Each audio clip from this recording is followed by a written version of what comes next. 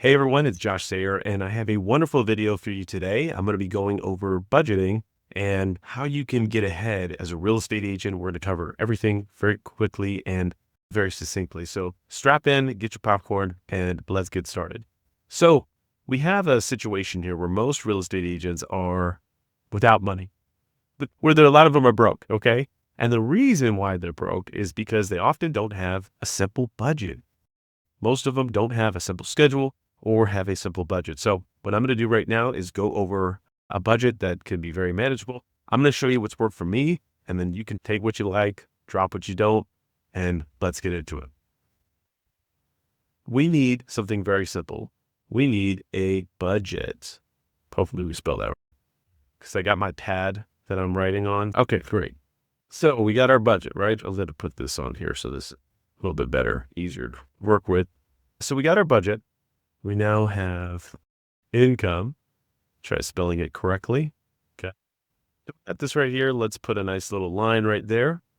Now, you got to figure out what your budget is, because if you don't know your budget, like, you're in trouble. All right. So you need to know how much am I spending? How much do I need to spend in order to survive?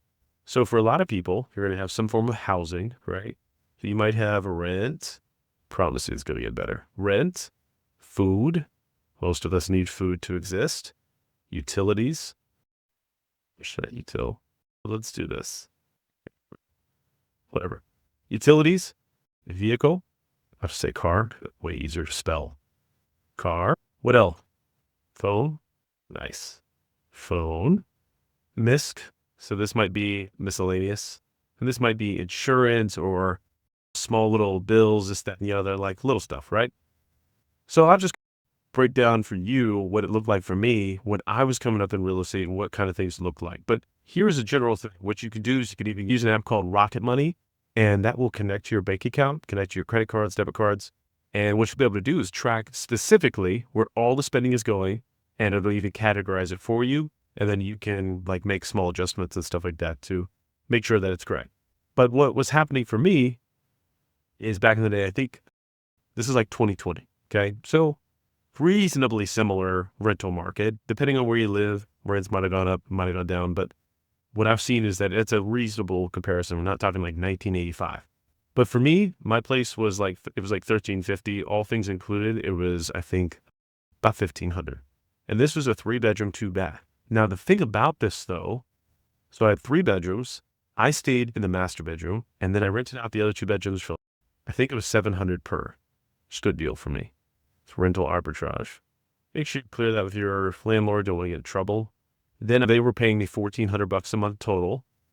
And then I think I had to pay $200 in utilities, internet, stuff like that. I would buy like toilet paper, towels, the stuff for the house itself, so that it felt more convenient for them. So in reality, I was paying like $300 a month net. For food, I think, I don't know, food for one person is probably somewhere on the order of, what, $300? One grocery store trip. Just joking. Now, I included my utilities in here in terms of internet, water, trash, sewer, etc. So in reality, I was probably paying like $100 net. $100. Just so it's clear. Utilities, again, they were about $200. I think my car with insurance, gas, payment, it's like $500 total. So that high. Wasn't probably the smartest financial decision, but I liked it. Phone, let's just say $100. Miscellaneous, I don't know, throw in another $300. Sounds about right. Okay, so yeah, 100, 400, 600, 1100, 1200, 1500. So these were my bills for me to survive.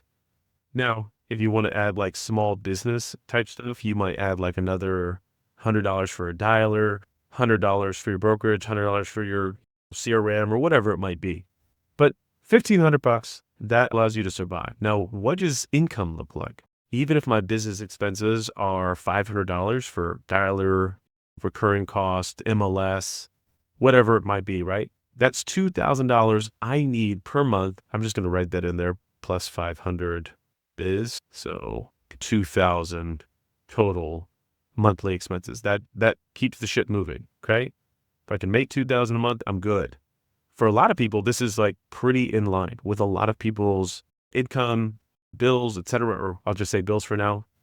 And a lot of people have trouble with this because they're just not sure how to generate income. Because what you need to do ultimately is you need to generate 24,000 a year, post-tax, post expenses, whatever, 24,000 a year to pay your bills.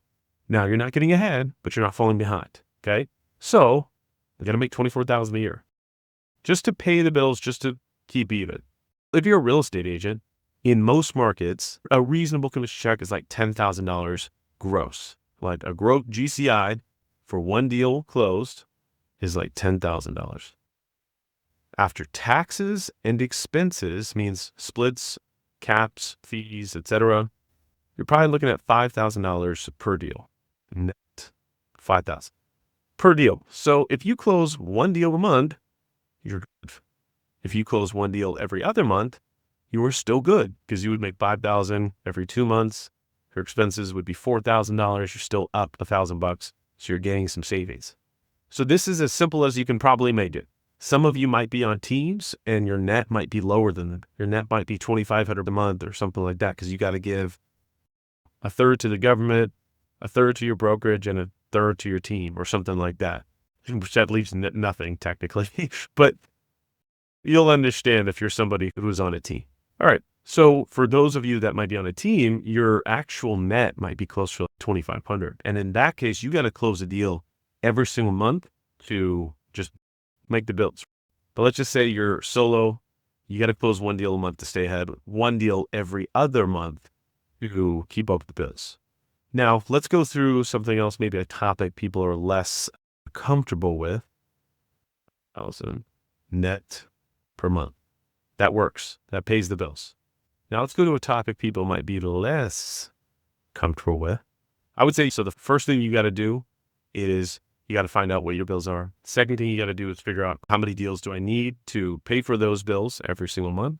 For those of you that have families, that might be more. If you have debt, if you have things you got to pay down, whatever it is, you need to figure out what are your costs to live and how much money do you need to make to account for that. So let's talk about debt. Debt. I want to write it nicer. Can we make this nice? Debt. So let's talk about debt. Most people don't like talking about it. Most people are afraid of it. Listen, guys, it's numbers on an electronic screen, okay? We do not have a debtor's prison in the United States. You might lose certain niceties. You might lose access to credit, whatever it is, okay? But like debt can stress you out. The only thing that should stress you out is if you don't know how to get out of debt. Because you can make enough money, like you can get out of debt. Just like straight up. Hey, you could have $100,000 in debt. You could be out of that debt completely full in a year if you're really focused. Okay. So let's just say for a lot of Americans, they might have, I've talked to a lot of people, and I've sold people that have sold houses. They're like, hey, I got 15,000 in credit card debt. They got 15,000 left on their car debt. Maybe they got student loans. Maybe they got whatever, 5,000 in buy now, pay later, Klarna. Let's just write this out, student loans. And so that's what, 50,000, that's $50,000, right? Let's come over here. Yeah, we'll do right here. So that was $50,000. So that was 50,000 buckaroos in total debt. And that might seem really bad, and it's obviously not ideal, but it's something that you can work your way out of. So let's just go back to the example we had earlier, where we have $5,000 net per deal. We come back to this. So I got to close 10 deals.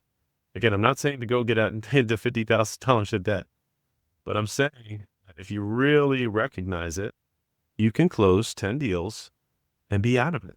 Okay. You can close 10 deals and be out of it. Let me just do this so people see. My diagrams are just horrific. You're just going to have to deal with it. But really, it's closing 10 deals. Okay.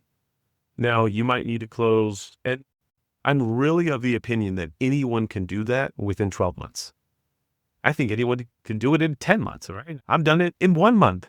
Doesn't make me super smart or super great. If I can do it, you can do it. Okay. So closing 10 deals pays off student loans, credit card, your car, miscellaneous debt, right? And even if your debt's higher or if your debt's lower, just account for, okay, what's the average commission? And then what's the average net commission from that? And take that number and divide your debt by. So if you got 100K in debt, it might be 20 deals. If you're paying your taxes and all that, 20 deals. If it's more, right? If it's less, it's more, but if it's less, it's less.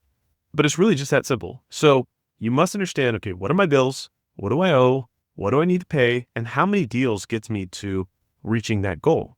With that said, find out what your goal is. So find out what you need to do in terms of deals per month to stay afloat, deals to pay off all your debt, and then deals to put a down payment towards a house or get your investment property or scale your business or whatever it might be. Whatever that thing is for you, this is really the equation that you just need to learn. Is deal, net value, money needed. We'll just say money needed. This could be monthly stuff, or it could be debt, or it could be just the money that you need to make a down payment or whatever. So we'll say in